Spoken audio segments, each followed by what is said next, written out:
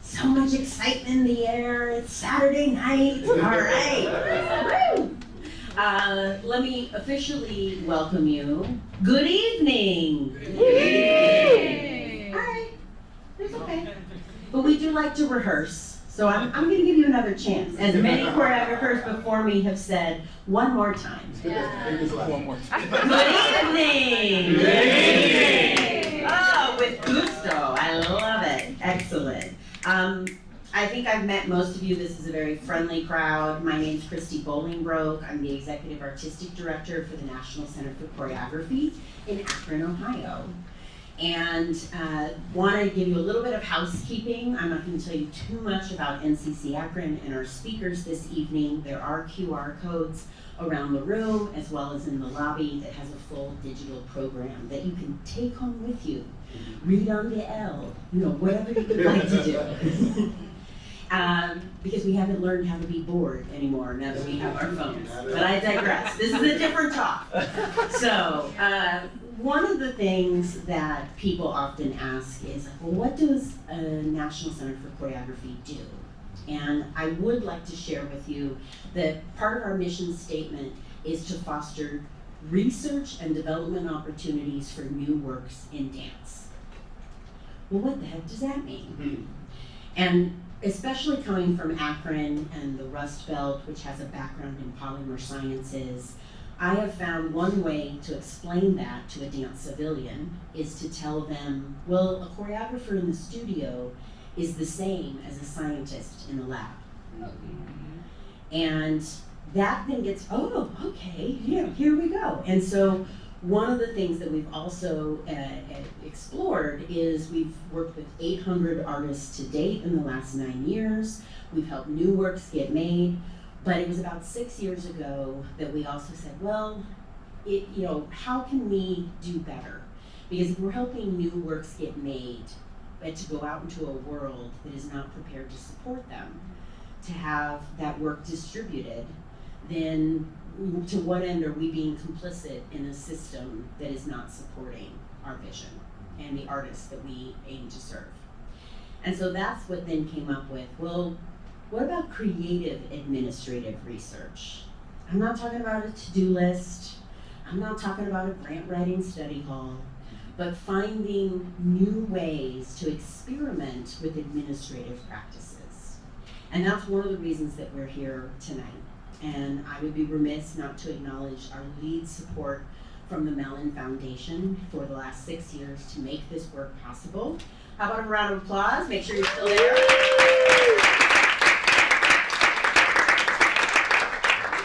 I have done 60 plus investigative retreats with 26 artist teams across 19 states in this country. And part of the result of that is we were like, well, like dance, it's so ephemeral. What do we have to show for it? Well, we published a book. Artists on Creative Administration, a workbook from the National Center for Choreography, edited by Tanya Lockyer, dropped a little over 1 year ago. And these Making Moves events are our way of continuing the conversation. We of course hope you'll read the book. Makes great Christmas gifts, sure, all of those things. But the biggest piece of feedback we got once the book came out was there were people who were doing this work maybe sometimes for 30 or 40 years, and they would say, thank you so much for visibilizing this labor. Why am I not in the book? And I was like, oh, we have so much invisibilized labor. And that is what we will also get to celebrate tonight with some Chicago case studies. So there are 2 contributing authors from the book. There are over 30 in the book itself, but 2 of us are here tonight speaking as part of this program. And I'm gonna do something I've never done before. I've never gotten to read from the essay I contributed in the book. So bear with me.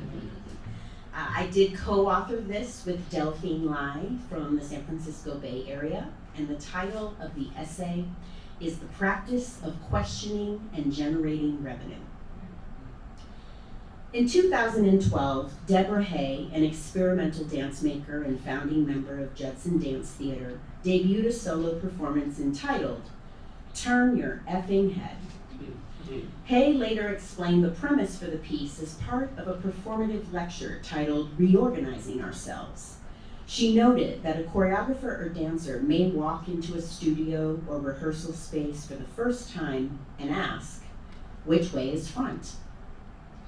By beginning with that question, Hay argued the answer creates a paradigm of a fait accompli and presents any additional questioning or discovery. It prevents any additional questioning or discovery.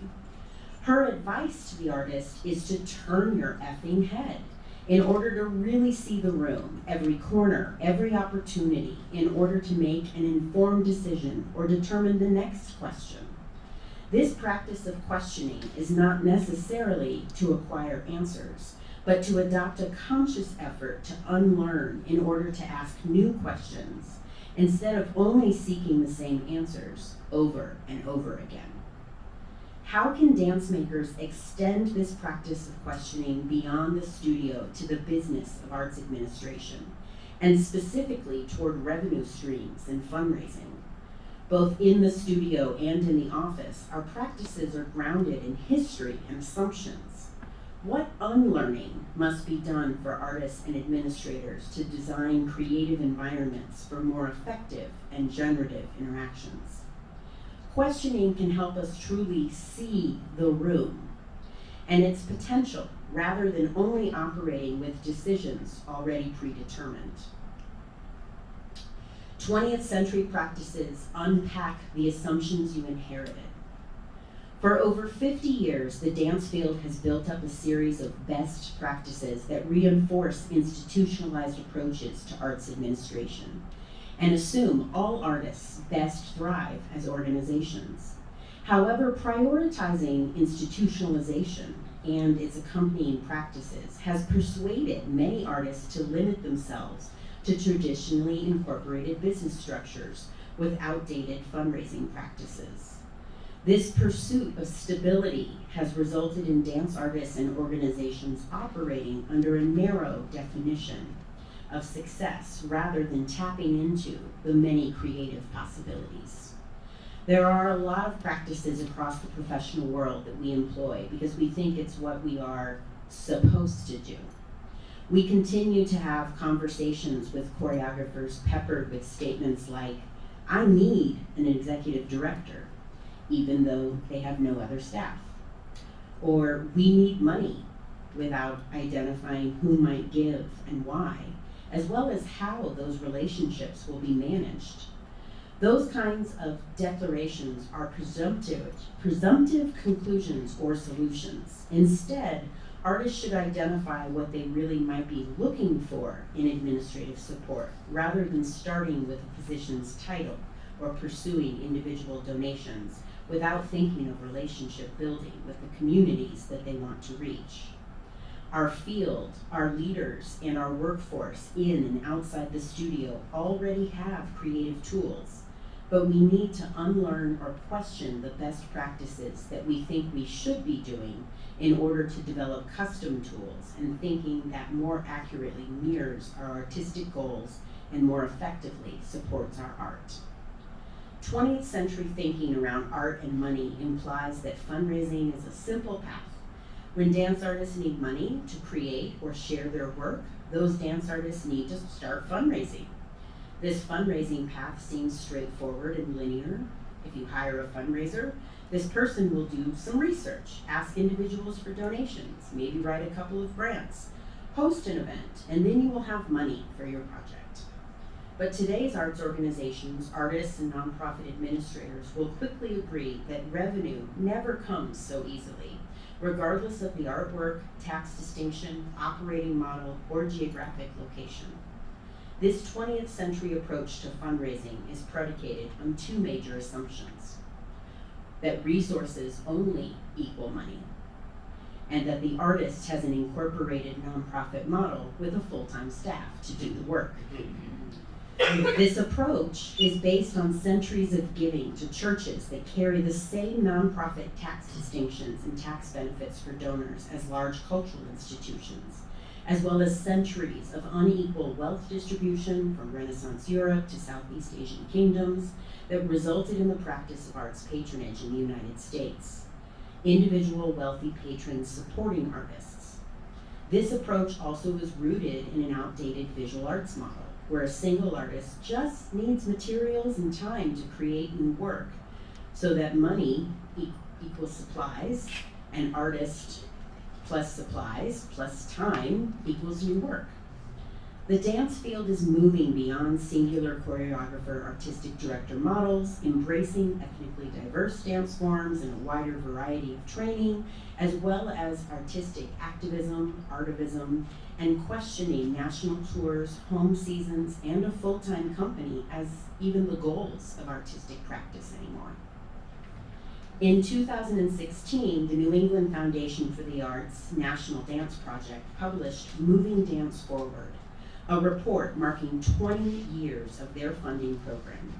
Of the artists who participated in the research surveys, 80% reported they were operating on a project-based model, likely meaning these artists were fiscally sponsored, conveniently incorporated, working under a limited liability corporation, or otherwise organized. These artists were likely paid on a contractor basis rather than on a salary, and these artists were likely working double duty as both choreographer and administrator. Some artists may have configured some sort of contract team to assist with administrative work, but they most certainly did not have a full-time administrative staff, and they possibly were not even pulling down a full-time salary for themselves. These project-based choreographers were living and working from grant to grant, gig to gig. As the dance landscape continues to evolve, fundraising practices need to evolve as well. Project-based artists don't have full-time staff. Artists need to fundraise for resources beyond money, and you don't need to hire a fundraiser. You need to start asking new questions.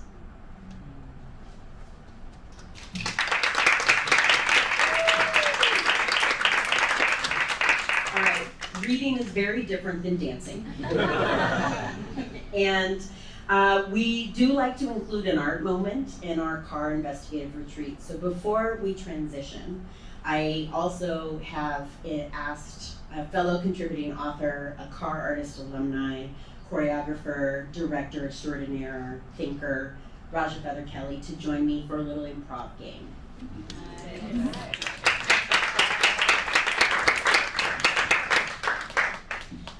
We previously agreed on these rules, and don't worry, you have not been trapped. We're not locking the doors. I'm going to set a timer. I'm going to set a timer, and so we are going to try this, and we will stop after 2 minutes.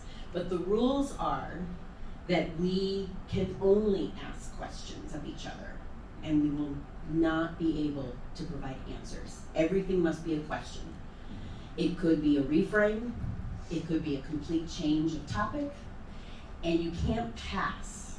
And so then we created another tool that we may or may not use, but we have a bowl of questions that I collected from today's conversations, just if we need something to lean back on. They're unattributed, it's a safe space. I saw the look, but I was just saying, okay, what if we can't come up with a question? Oh, we've got to have a backup plan. So, are you ready? I'm ready. We hadn't begun yet. All right, and I set the timer now. Are you ready? What do you want? What does anyone want? What are you trying to do? What am I imagining I need to do? Who would you like to do it with? Why would I want to do it with anyone else? When do you think it needs to be done by? What is time? Where are you going? Where have I been? Where do you need to go? What is it with this word need? Why are you so afraid of need? Why did you presume that that meant I was afraid? Why did you say, what is it with this word need?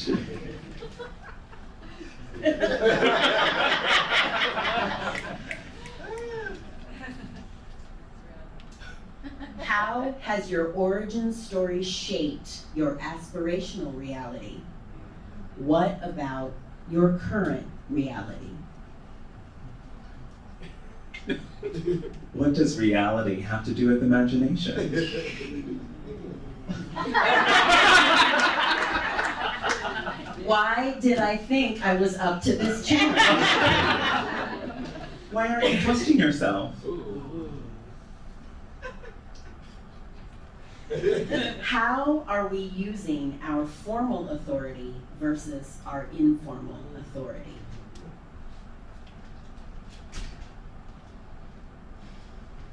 Why do we question? Why don't we trust? What are you feeling? What is the difference between feeling and answers? Come on, another county friend.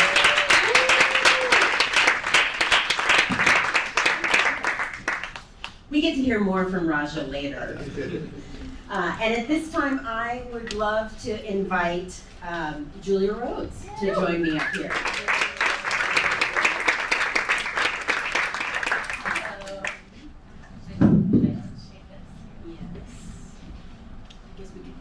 We could keep questions if people are just lost. So you can read more about Julia Rhodes and Lucky Plush Productions in our digital program.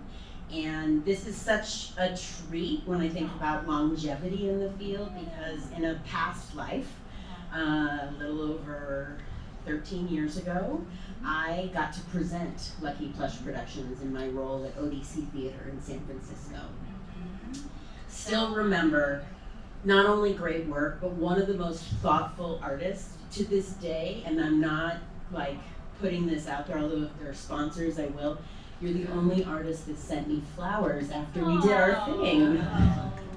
Everyone in the office thought I was a rock star. Because you are. That's very kind.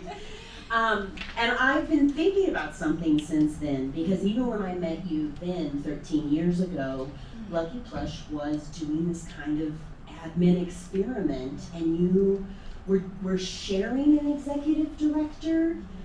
Can you tell us more about like how that came about and what were the terms of that experience? Yeah, so much of what you said, or what you wrote about rather, resonated for me. I think I have always felt like there's a creative side of an administrative practice. And I think it's really helped me in large part because when you're thinking about a project you want to do, you got to write the grant. And for me, actually writing the grant and thinking about the project and imagining it's like what the world of it is and what the aesthetic values are and what it is that I'm trying to do.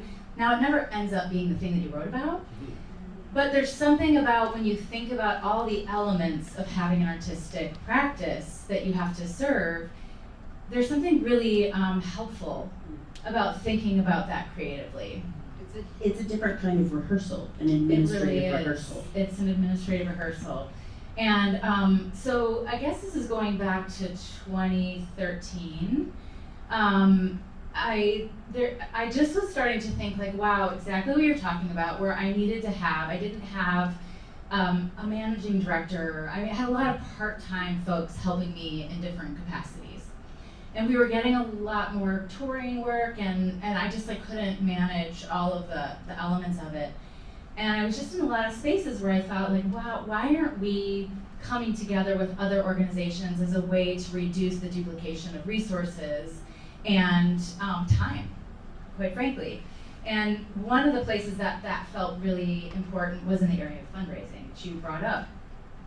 Like I just mentioned, writing grants actually was meaningful for me around the project work, but there's a whole other thing with writing grants that a lot of funders and foundations, if you're in the 501c3 model, which also is problematic, as we know, But that, you know, a lot of them are the same, and why, if someone's helping me, why can't they be helping gather the same information for other companies? So I just thought that was an interesting idea, and I brought it to some different funders, and they were curious about it. And so I intentionally built a model that was with 3 organizations, not dance alone. The spirit of my work is very multidisciplinary, and so I wanted to come together with 2 other companies. One was 8th Blackbird, they're a music ensemble, and Blair Thomas was a puppet company, and through Creative Partners actually grew so much that they became the International Puppet Theater Festival. So we all came together. I just kind of proposed this through a funder. Angel Izaguirre, who's now at Court Theater, was like an independent consultant at the time and helped with this work. And we were fortunate at that time to get funding, because funders were interested in resource sharing models. They were also realizing that, you know, maybe folks could come together and get more done in this way. So there have been 2 iterations of Creative Partners, and I know probably another subject, but the first one was actually quite successful to the point where, we also had funding support from MacArthur Foundation, which was great because that helped us pay for the shared staff.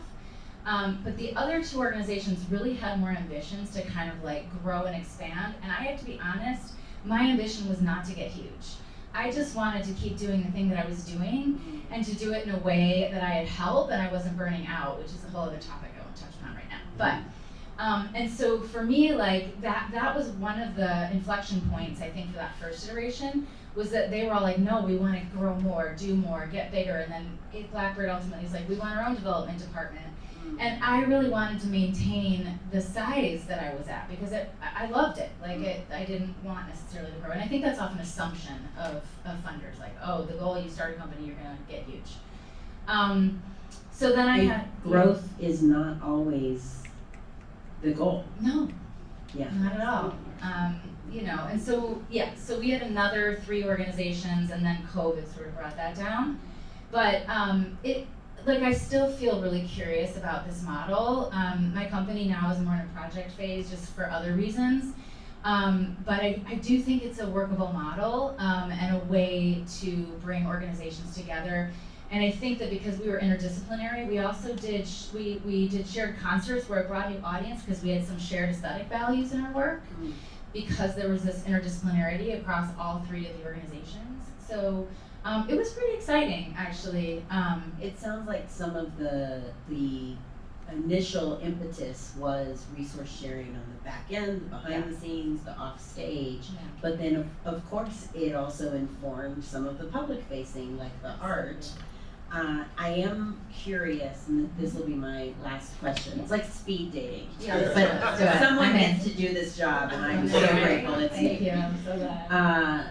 We talked a little bit about how your approach is maybe closest, although very much in the body, to a devised theater ensemble. Mm-hmm. Regardless of the structure, I'm curious, how do your administrative practices mirror devised theater in the creative process? So much. I mean, in your opening essay, you talked a lot about the idea of being like improvisational, the idea of inquiry, starting with an inquiry, starting with, so for me, collaborative practice is everything in my work. And I start with an idea. And oftentimes creating a work takes over a year because we're in the studio, we're making stuff, we're throwing stuff away, we're trying to figure out what vocabularies moves the thing forward. And so it's a very, very much a collaborative process. And so administratively, like I think of my ensemble as family, and there's like concentric circles of that family. I've had ensemble members up to 21 years. Like one of my ensemble members has been with me for 21 years. And I think 7 is on the low end. And then we have like extended family, like Aaron Kilmurray, who's here. Like there's just people that kind of come into our orbit that we work with, what we've had doing teaching projects. And so this ensemble approach for me is very much connected to the administrative effort because I want to support the artist, like the person, what they bring to the work is so deeply personal. And I didn't start my company to be, Julia Rhodes and dancers or something like that. Like, it's not about me. I mean, it is, like, I'm doing stuff, but, so that kind of ethos of like a family that is deeply invested in each other and their progress and their work. So one of the things that when COVID kind of had that intervention, that's right. So, and I was like burnout mode. We just talked about that at dinner. I was like, how to keep doing the thing. It was perfect for me that like so many of the artists in our orbit are makers. They're like brilliant and they make my ideas so much better. So to the point of embodied research, we started an embodied research granting process where I would still raise money through all of my ways that I do that, but I didn't have to be the one always leading the room. So we funded micro grants to artists in our family, and Knockout was one that Aaron was the primary artist on with Kara, who was in our ensemble last year. So it was like, it offered us a way to keep investigating and supporting inquiry, ensemble, devised work, interdisciplinary work, and just supporting like the human beings that are at the center of it all. I love that. And once again, that administrative pivot, you're like, wait, I can raise money and I can re-grant it to ensemble members. Hell yeah. Also then affected the artistic output. And so that's where there is this sort of symbiosis, which is so different than, I think it's something that we learn over time, that the artist and administrative self are somehow at odds with each other. But what if you don't try to draw such a fine line? Mm-hmm. Julia Rhodes, everyone. Thank you. And for this transition, I would like to welcome, we have leadership and participants from the Chicago Black Dance Legacy Project to join me.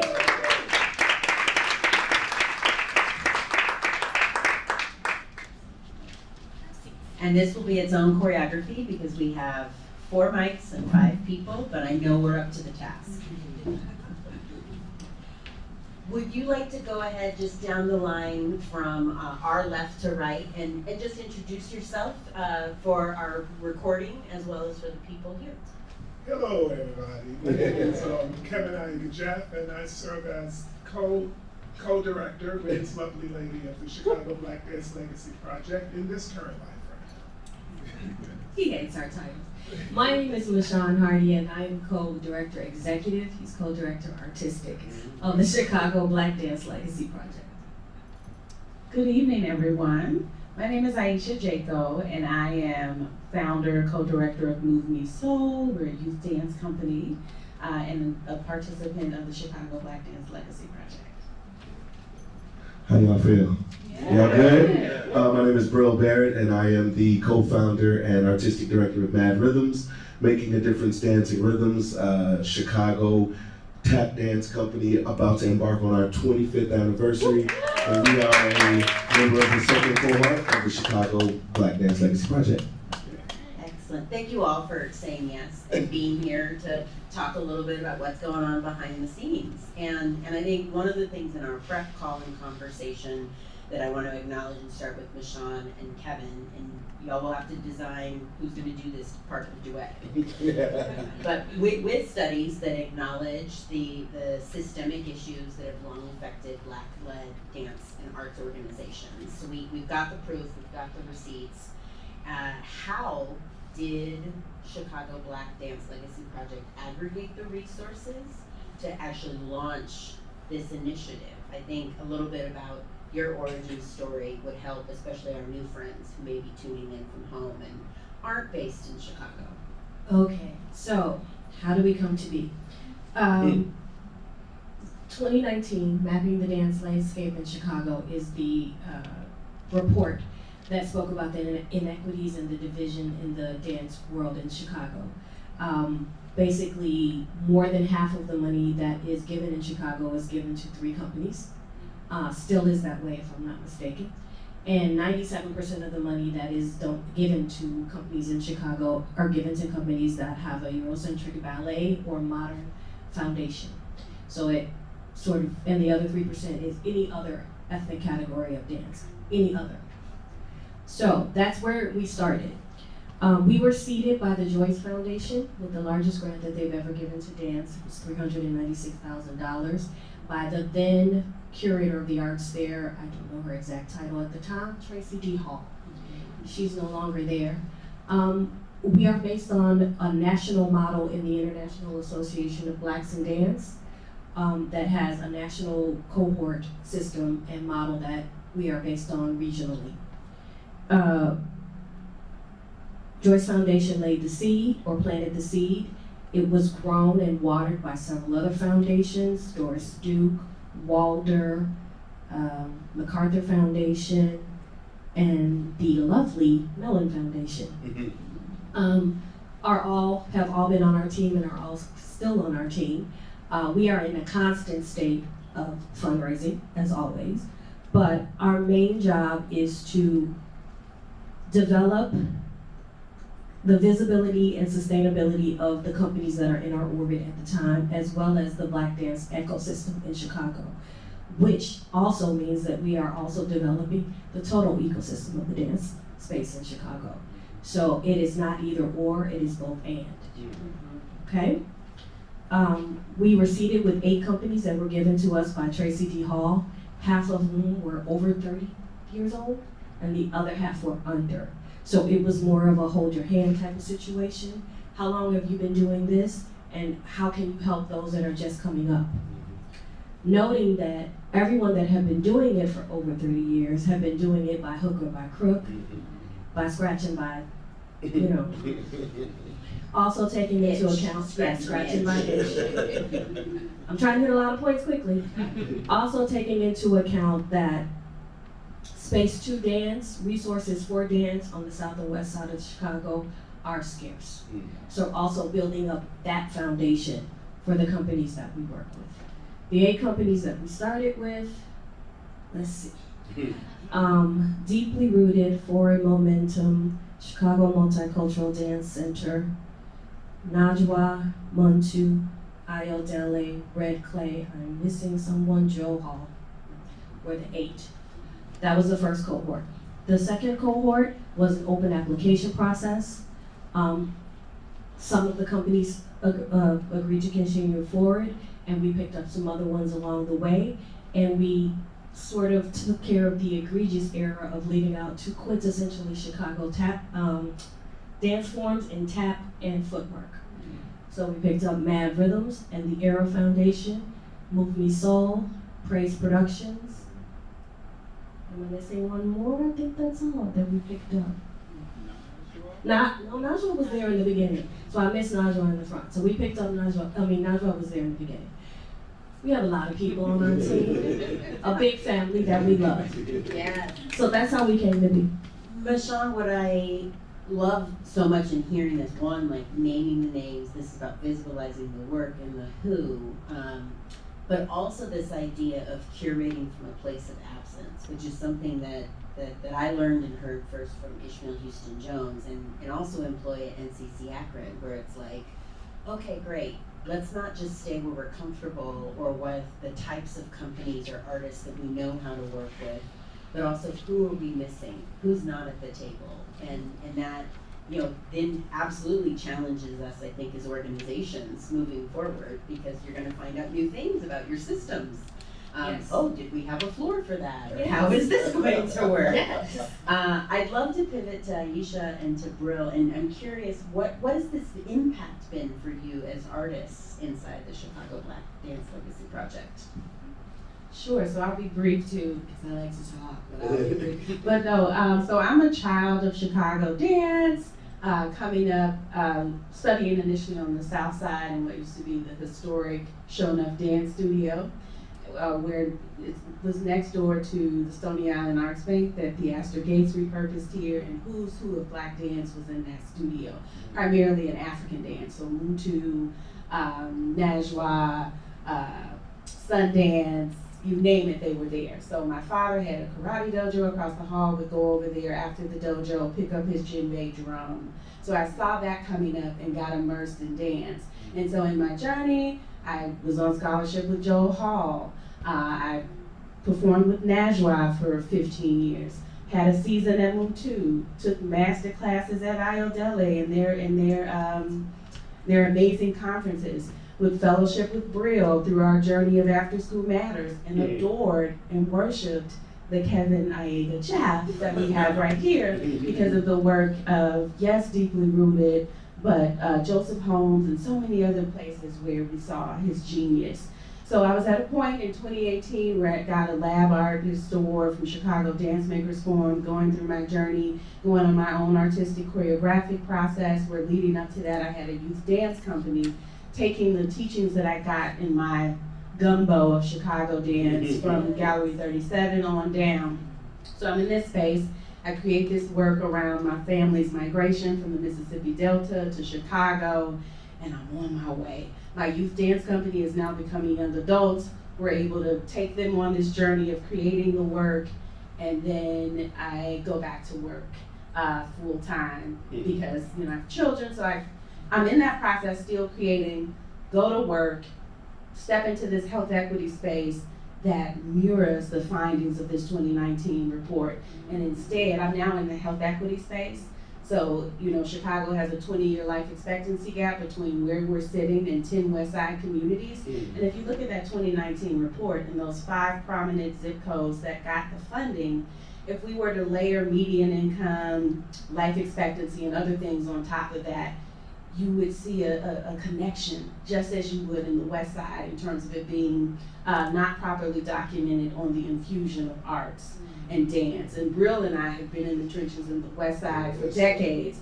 So fast forward to Chicago Black Dance Legacy Project, where you have this setting of all these historic companies that I've either been on scholarship with or sat in the audience for, curating this space, passing down traditions of 50-year-old companies to babies like us. We're teenagers, 17, crazy. But it was just a beautiful moment to be immersed in and to sit at the feet of our elders and learn. So for me as an artist, it's resuscitated the ability to create in Chicago, to figure out how to fund work, to co-present. So when we talk about the resource sharing, there are so many things. Bril, during the pandemic, graciously opened up his space to host our company initially for free. So bringing that back to Black Dance Legacy has solidified us in ways that we had not imagined. I want to hear what you want to say too, Bril, but I have to reflect back the beauty. You talked about the ecosystem, not only building, but that is also the support. And if I think I'm not a farmer. I'll lean on a farmer later. But when I think about like crop rotation and like, why would we continually go to the same soil to raise the same crops and replicate that over and over again? And I do love a good metaphor, and it sounds like from the curation of different cohorts and then the turning over of the soil that then reveals the richness that's already here in the Chicago community, and to be able to show and highlight that. It's a very different approach at disrupting the sort of like, these are the 5 winners this year, and then these are the 5 winners next year, which is more transactional, but you are working relational, and that's very much visualized. What would you like to add about the impact that you've experienced being inside of the program, Bril? Well, I will start off. I talk loud, so I don't naturally use a mic. But I will start off saying, when I heard about the first cohort, my mission in life became to be a part of this. I was like, how you not gonna hire tap dance? And as a tap dancer, I've also, like I tell people, this is my funniest thing. When you tell people, oh, I'm a dancer, oh, you're a dancer, oh, what do you do? I tap dance. Oh. I used to get that my whole life. So there's always been this fight for tap dance to be recognized. The same places where ballet is elevated here, tap dance is usually not, or wasn't in the past. That's changing now, partly because of this work. So I was always fighting. So when I heard about this project, I was like, oh no, we gotta be a part of that. So when they opened the process, we got right in there with our grant writing, and we got accepted and became a part of the second cohort. And the first thing that I noticed was literally the double-edged sword. I realized how much of what I thought I was experiencing alone everybody was experiencing the same kinds of things, different ways, different companies, whatever. And so I learned what I do know. Like I was like, oh, I've actually figured some things out. And then I also was like, I don't know nothing. I haven't figured any of this out. And I'm still, so sitting at the feet of those legendary company directors, executive and artistic, who have been doing it for 50 years, 40 years, I'm just soaking up, being a sponge. And then also being able to talk to some, like, we're on the older side of the younger companies. So that's an interesting place to be as well, because I'm like, some of the younger companies, like the Era, we talk all the time, and I'm always imparting and sharing wisdom and knowledge with them. So this literally just, the Chicago Black Dance Legacy Project gave us family, gave me family, gave me people who I could literally go to at any, like we passed each other in life. It's some dance thing here, some dance thing there, but now to sit in a room and just have conversations about what this is, what it can be, how hard it is, how easy it can be. Anything you could think of, like that ecosystem, that backup system really has helped to push and motivate me to do more and to be more. You might not know everything, but you also don't have to learn it alone. I love that. True that. You had offered and he gave me permission to just call him Iega. You had offered that you are the director artistic in this iteration. So I'm curious, as you entered into the program, the organization, what have you learned or noticed? Well, I think what I want to presence most is the fact that I think there's brilliance in the room. And I think that this whole, whether you're a legend, which I think can be trapping, or whether you're coming in as an ingenue, a new person, you still come with genius. And I think it's important to create a space where there's equity in communication. And in order to foster equity in communication, you have to foster trust. Okay? And I think that sometimes we have lofty ideas about what we're going to do in terms of mission and vision and values, but none of that means anything if the paper can't be translated into trust. When people come into a room, you can agree, you can disagree, and you can still fall in love with each other. And it takes time to do that. And that was particularly interesting to me, because I had run an institution, I founded an institution, run an institution, and I think institutions are very important because they help to make artists that don't want institutions possible. Because you have to start someplace, and sometimes you need to go into a place that holds history so that you can get bearing on who you are to decide how you want to flesh out your life and your career. And then the next thing is that, so with this project, because I was working at that time on building a dance center for Deeply Rooted, which we just raised all the money for. And we were talking about how that space is a space for, it's not just a home for Deeply Rooted, it's a home for other companies. But in order for us to make that home a home, we had to build relationships with people and break these silos. It doesn't mean that everybody in the cohort would be designed to live in the space, but that's where my relationship started when I introduced Logan Center and Joyce to the International Association of Blacks in Dance, because I had been a member since I was 25. And so, to kind of wrap it up, because I know we're short on time. You're doing great. Okay. The thing that moves me, why this is important to me, is because having lived and grown in a dance company, a traditional dance company, is seeing that on the verge of becoming an institution. During that journey, being an artist who was finally overwhelmed with the executive responsibilities and just saw my brain just be sucked dry of creativity, and I knew I had to replenish that for myself.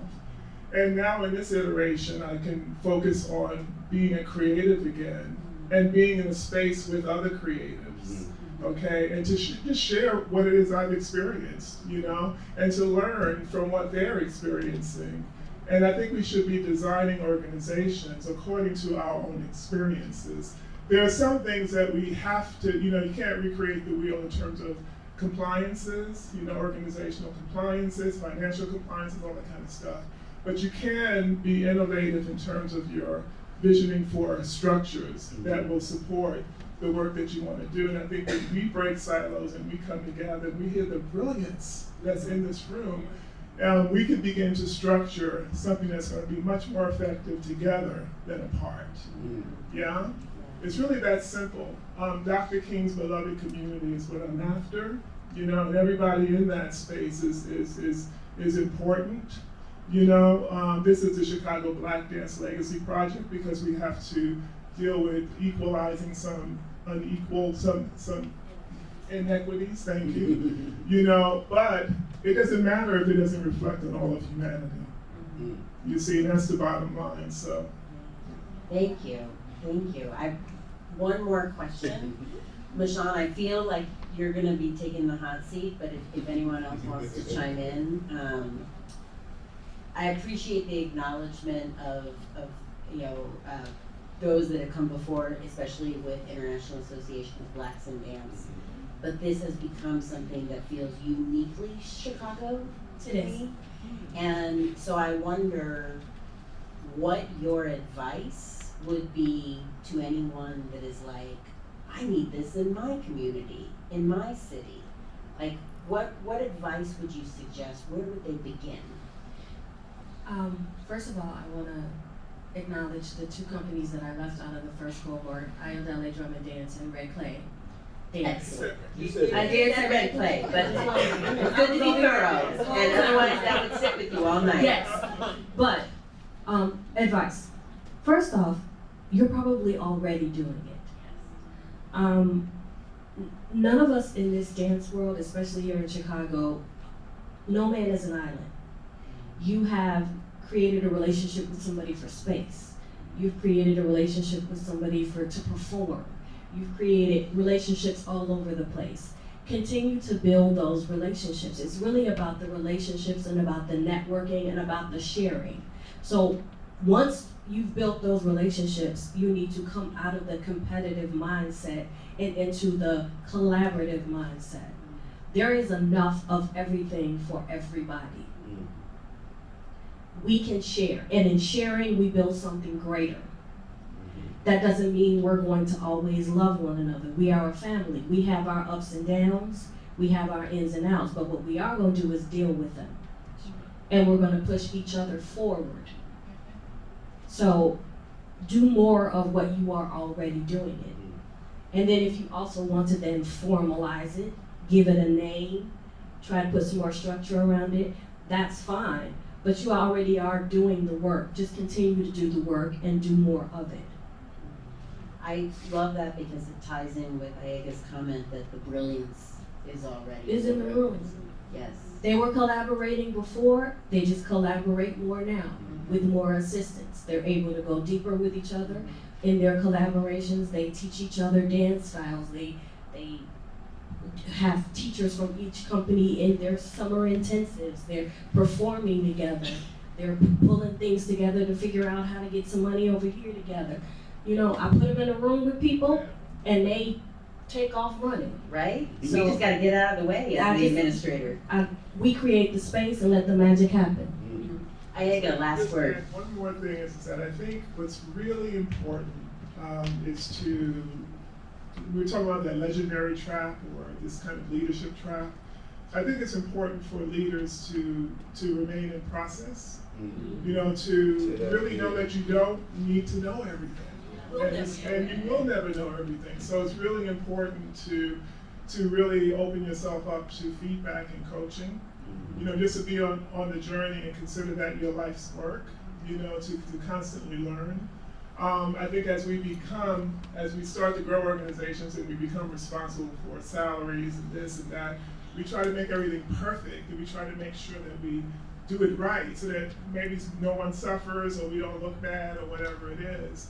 But it's so important that we humanize this journey and that we know that we can walk into spaces where we can be vulnerable and share truth. Thank you. Round of applause for our friends from the Chicago Black Dance Legacy Project. Thank you so much. Thank you.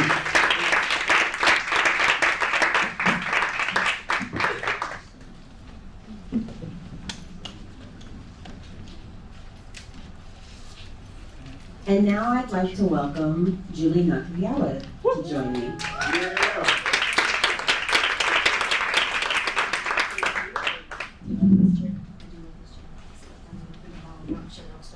It's good to have the resources. Water's all around us. Yes, water is life. We're on a lake. Mm-hmm. Don't drink that water. All right, I'm out of town. Thanks for that notice. Well, This is also a personal treat because I remember meeting you also during my time in San Francisco, and sometimes got to meet dancers that had worked with DanceWorks Chicago, sometimes got recommendations of choreographers that had come through your programs as well. And so it's great that our lives have come back together. And for those at home that maybe don't know, I'd love to hear about DanceWorks Chicago's origin story. Like, how did it start? Because we're going on 30 years. Well, actually, DanceWorks Chicago is in its 18th plus season, so we're an adult. And Voting age. Voting age, right? Use your voice, people. And so in the before times, I was a co-founder of Hubbard Street 2 as part of the Hubbard Street family. So this year I've officially crossed the threshold of like over half my life in arts administration, and it gave me pause. But really the origin story for everything is just coming from gratitude. As a dancer, I'm grateful and privileged to perform and be associated with companies that you would consider maybe A-list companies, startups, even though I don't know Christopher and Dr. Boz really qualifies as a startup, but Christopher, yes, startup, regional ballet companies, and as a school of life person, so did not go to university. All of these companies were my opportunity to learn. So when I retired from the stage, I thought about what I could do. I had some very fortuitous conversations and was welcomed by Lou Conte into the Lou Conte Dance Studio family and the Hubbard Street family. So this is my opportunity to give back to an art form that gave me a lot. I appreciate the naming, and if you don't know all of these names, you should be fast on Google, and you're going to learn all the quintessential Chicago stories. Why does DanceWorks Chicago has it existed? So when you opened your remarks, you talked about your organization being like an R&D organization. And I think DanceWorks Chicago and previously Hubbard Street 2 is also an R&D opportunity for early career artists. So dancers and choreographers to have a lab. And really, I was going to speak about this a couple of weeks ago at an awards ceremony, but I wasn't able to attend. Say it now. Say it now. Really, my remarks were they were delivered by DanceWorks OG, and I heard that went really well, which is why I also can retire, because I don't even have to give my own remarks. But my remarks are really centered around a gift of time. So DanceWorks Chicago is really about offering young dancers, choreographers, a gift of time with no expectations, so a relationship rather than a transaction. I mean, they're all paid because that's what we believe in, but really it's about their relationship with dance and having a healthy relationship with dance. As a parent, I hope my kids are happy, regardless of what they do. And I think a relationship with dance can be fraught, it can be joyful, it can be lots of things. But really, we try to offer the gift of time for young people, so basically between 18 and 24 years on the planet, to just come in and have this R&D experience, not only as dancers, but also as young humans, to ask questions. We talk a lot about questions. Because through a thoughtful, intentional questioning, you come out with a different answer instead of trying to go to the back of the book and finding the answer and skipping the questions. I think that's not a great way to spend your time.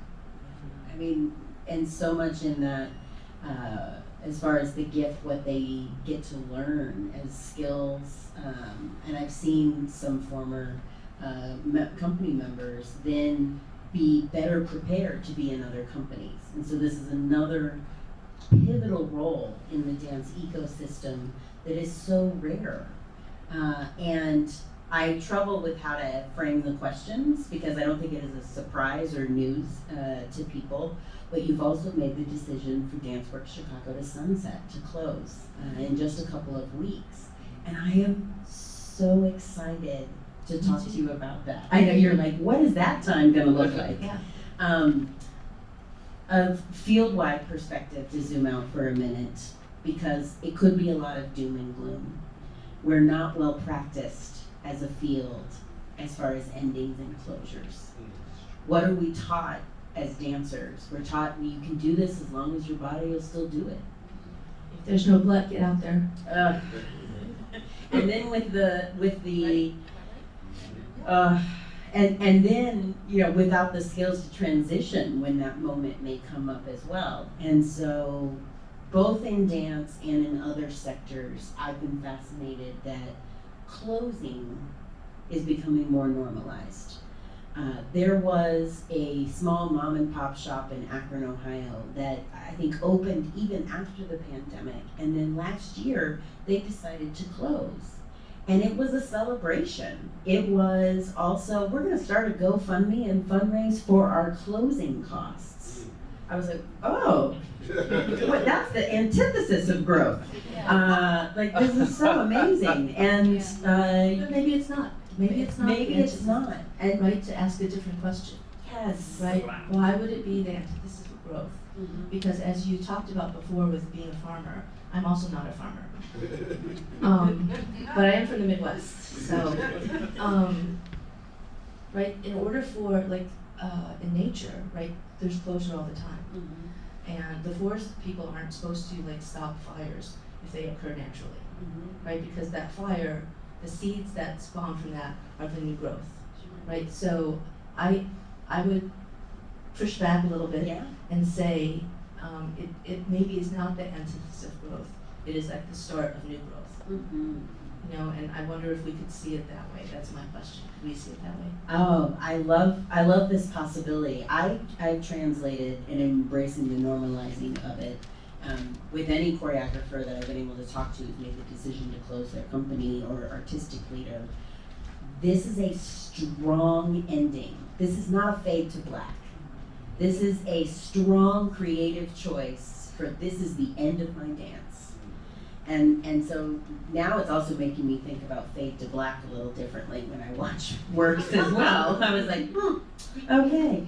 And so I'm curious, like, what information or moments was it a process? What was that process to assess before you felt ready to make the decision to sunset?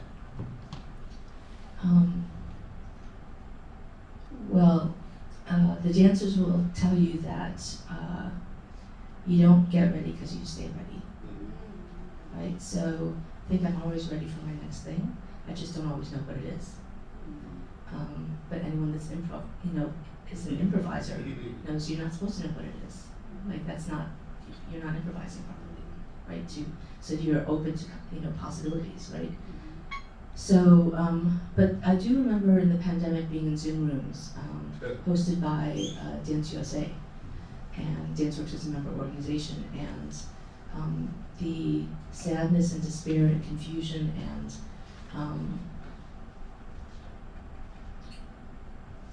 fear maybe of endings and even of transitions, and I remember saying, and some of them were pre-planned, like some people had like 25th anniversary seasons and then they went at sunset, they went at, I'm not, that kind of thing. And other people like, we're just not gonna make it, or I just don't have it in me, or whatever, right? All like really valid reasons. There was always sadness around it, and that made me so sad. And I remember saying, raising my little Zoom hand and saying, hey, is there a way that we can see this as positive? Is there, 25 years, can we not celebrate that? Does that have to be sad? I didn't understand, I didn't get a lot of support there, but I did wonder why we can't do that. Because honestly, if I had something for 25 years, I would be celebrating. I understand the sadness, I don't mean to make light about it, but I also wonder, ask, can there be something celebratory and even like, damn, I did that about that moment. And I think we as a sector, we can maybe think about how we can get to that time. And so fast forward, the past few years, DanceWorks is privileged to be able to go on a tour locally, nationally, internationally, and just so happened the people that were bringing us in, or we ran into our first ever Hubbard Street 2 dancer. He's now a stager for Forsyth, and people are doing great things, not only in dance, but as people. And they are having their own families. They are having their, their own studios, their own ideas, their own everything. So that made me like a grandparent. So I was like, well, what do grandparents do? Well, they don't work. I mean, like, maybe they like pump the brakes a little bit. Grandparent privilege. Yes, grandparent privilege. So I started thinking about that, and I also started thinking about my responsibility as now like a senior leader to hold space for other people. And I think that is super important. I don't live in fear of the next life, because I would be grateful to have another life. I actually live in hope and in gratitude, and in a sense of service and responsibility to hold space for the next generation. So really, I want to cha-cha slide. It's a Chicago thing. Cha-cha slide to the right. And if I'm holding someone's hand, who's of the next generation, that means that there's center stage. And I would love to do that.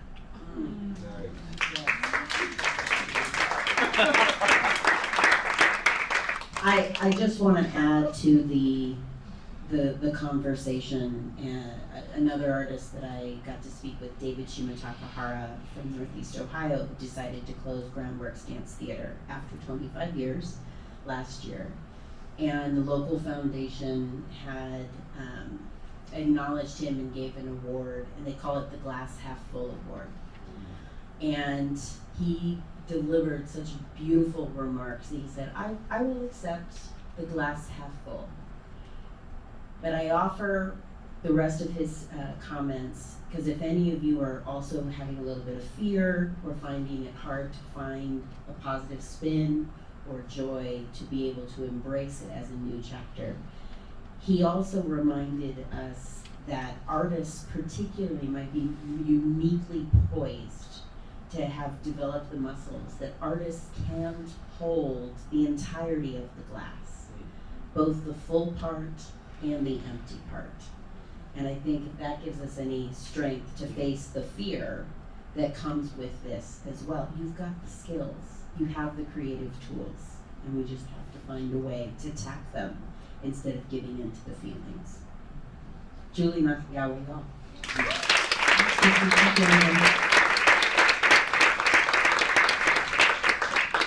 I would like to welcome back up to the podium for an official reading, contributing author Raja Feather Kelly.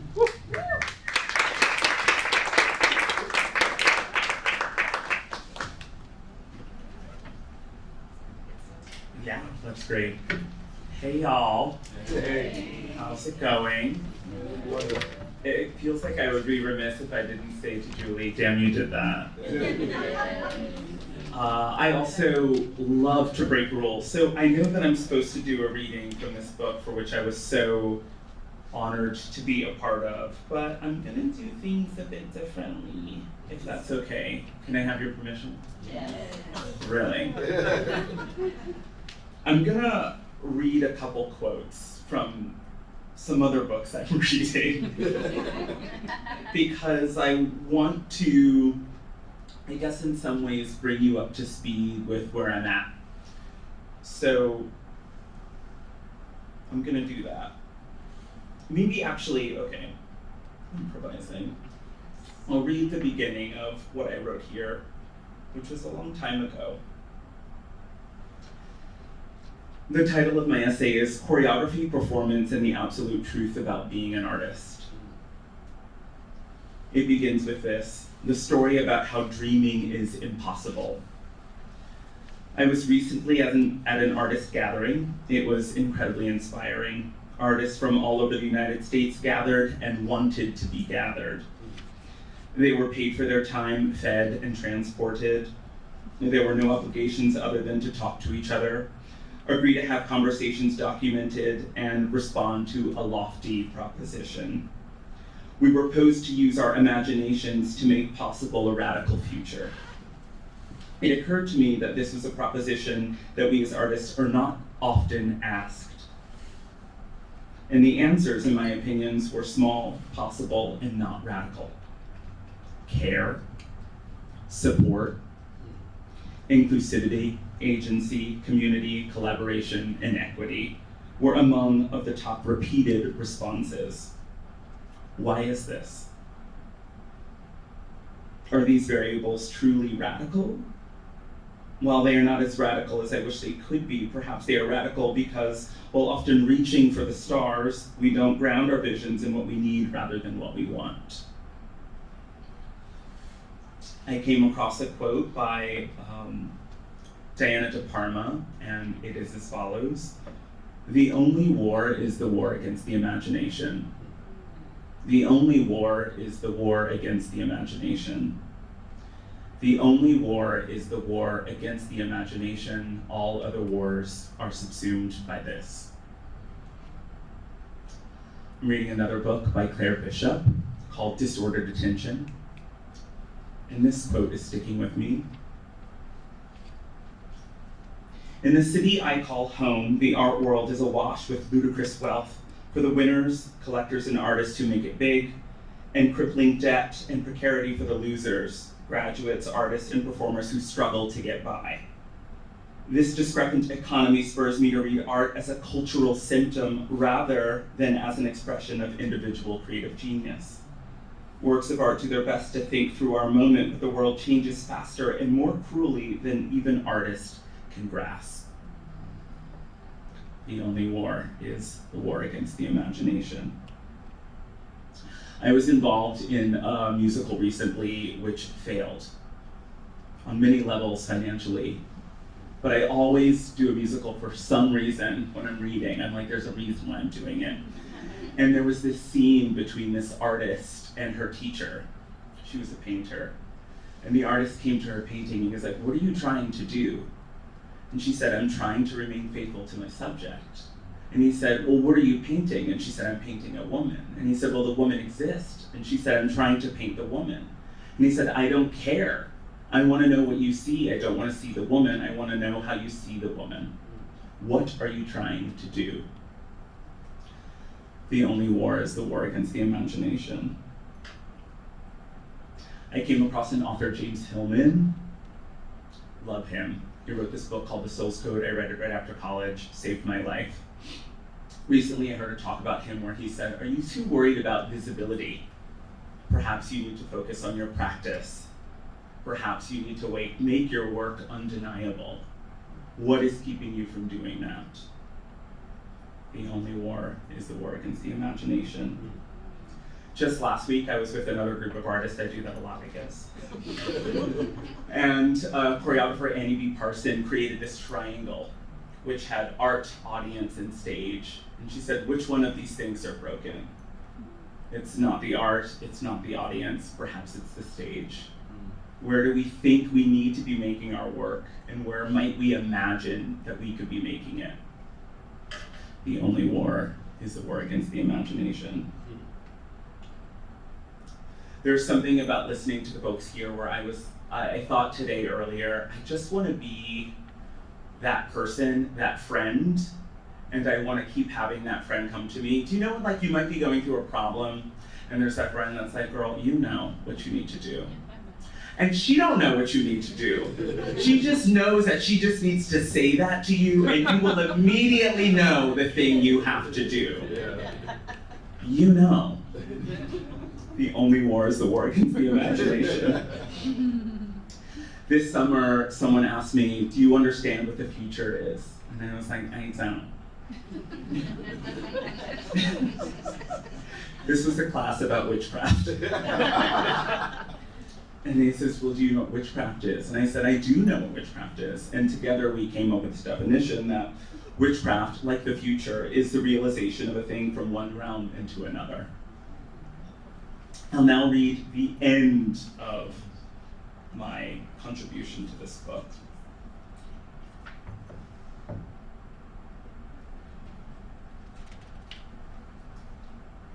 This is my administrative experiment. It's called My Life, the Book, and this is something we all can do together now. I invite you to consider that you are exactly where you need to be. That where you are right now is not good nor bad, but that you are on a journey. With that in mind, imagine yourself 25 years from now. Imagine that you have done exactly what you wanted to do with your career, life, your interests, your hopes. And imagine that all of the dips and valleys and the people and the situations that got you there, imagine them. Now imagine that you have to recount what you have done to get to where you are and that you have been tasked to write an autobiography. Number 1, what would you title this autobiography? Do that for yourself. Number 2, what would the title of each chapter be? Now you can stop here, or we could keep going. Number 3, write a short synopsis of the book. Number 4, write a paragraph about what happens in each chapter. We can stop here, or we can keep going. Girl, you know what to do. I'm just reading what I wrote. Answer the following. Where are you in that story now? What happens next? What gets you to the next chapter that ultimately gets you to the end result of your unfinished and unpublished autobiography about blank blank, and your absolute truth about being a successful blank? We can stop here, or we can keep going. So do that. You know. Do the thing that gets you from where you are now to the next chapter, and remember, you can stop here, or you can keep going. The only war is the war against the imagination. Thank you so much.